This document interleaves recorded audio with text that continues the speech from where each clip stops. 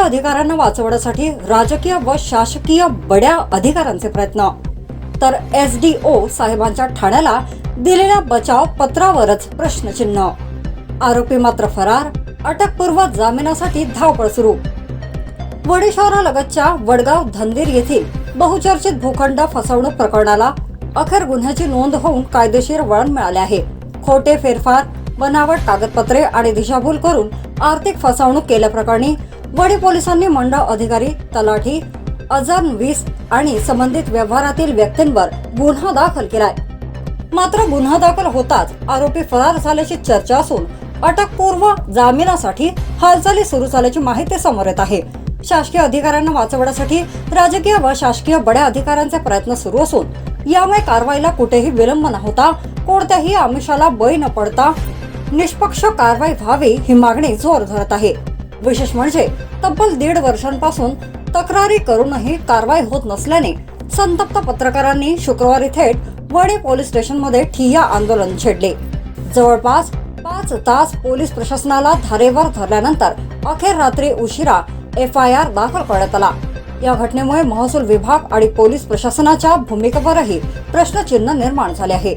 या प्रकरणात शैलेश दादाजी वाकडे, राहणार बाबूपेठ चंद्रपूर, अजन 20 सतीश केराम, तत्कालीन तलाठी रवींद्र उपरे आणि मंडळ अधिकारी राजू डोंगरे यांच्या विरुद्ध BNS कलम 318(4), 336(3), 340(2) व 3(5) अंतर्गत गुन्हा नोंद केला आहे।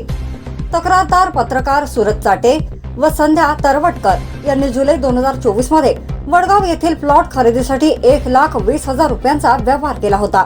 त्यानंतर संबंधित भूखंडाचा फेरफार व 7/12 यांच्या नावे करण्यात आला। मात्र पुढे हा फेरफार बनावट असल्याचे आणि मूळ मालक वेगळाच असल्याचे उघड झाल्यानंतर धक्कादायक प्रकार समोर आला। तक्रारीनंतरही पोलीस प्रशासनाकडून कोणतीही ठोस कारवाई होत नसल्याने अखेर 20 ते 25 पत्रकारांनी शुक्रवारी पोलीस स्टेशनमध्ये आंदोलनाचा पवित्रा घेतला। पत्रकारांनी ठाणेदार गोपाल उंबरकर यांना थेट जाब विचारत जिल्हा पोलीस अधीक्षकांच्या आदेशानंतरही कारवाईला विलंब का झाला असा सवाल उपस्थित केला। आंदोलन तीव्र होताच पोलिसांनी रात्री उशिरा गुन्हा दाखल केला। दरम्यान तलाठी यांच्या बचावासाठी SDO कार्यालयातून वणी पोलिसांना पत्र पाठवण्यात आल्याची चर्चा आता जोर धरू लागली आहे।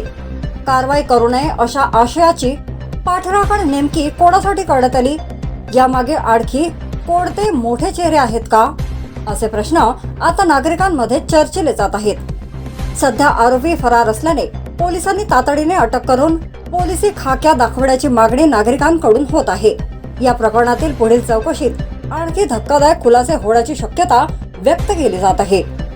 वडी न्यूज एक्सप्रेस, ब्युरो रिपोर्ट। आरोपी याच्यामध्ये शैलेश वाकडे, सतीश केराम, रवींद्र उपरे, राजू डोंगरे याच्यामध्ये आणखी आरोपी ॲड होण्याचे दाट शक्यता आहे। त्यामुळे पटवारी आणि मंडळ अधिकारी एखादे प्लॉट घेत असताना त्याची शहानिशा पटवारी आणि मंडळ अधिकाऱ्यांनी केली पाहिजे, परंतु कोणतीही शहानिशा न करता डायरेक्ट कोणतीही विक्री न होता डायरेक्ट त्यांनी 7/12 दुसऱ्याच्या नावावर बनवला आहे आणि त्या 7/12 बनवून फेरफार बनवून त्याच्यावर विश्वास ठेवून शासकीय दस्तावर जर विश्वास ठेवायचा नाही तर मग कोणत्या दस्तावर विश्वास ठेवायचा? शासकीय दस्तावर विश्वास ठेवून आम्ही त्याच्यावर विश्वास ठेवून विक्री केली आहे। ती विक्री केली आणि त्याच्यानंतर मग आम्हाला माहीत पडलं की अशा पद्धतीची फसगत झाली आहे। ती आम्ही वणी पोलीस स्टेशन येथे तक्रार केली। SP साहेबांनी मला पत्र दिलं आहे की दिनांक 14/7/2025 रोजी त्यांच्याकडून मला पत्र मिळालं आहे की त्या जे वणी पोलीस स्टेशनचा जो अहवाल त्यांच्याकडे गेला होता किंद्रे साहेब असताना, तेव्हा त्यांच्याकडे जो अहवाल गेला होता त्यानुसार विविध कलमान्वये कायदेशीर कारवाईकरिता परवानगी त्यांनी देण्यात आली आहे। हे बघा, हे परमिशनची परवानगीची कॉपी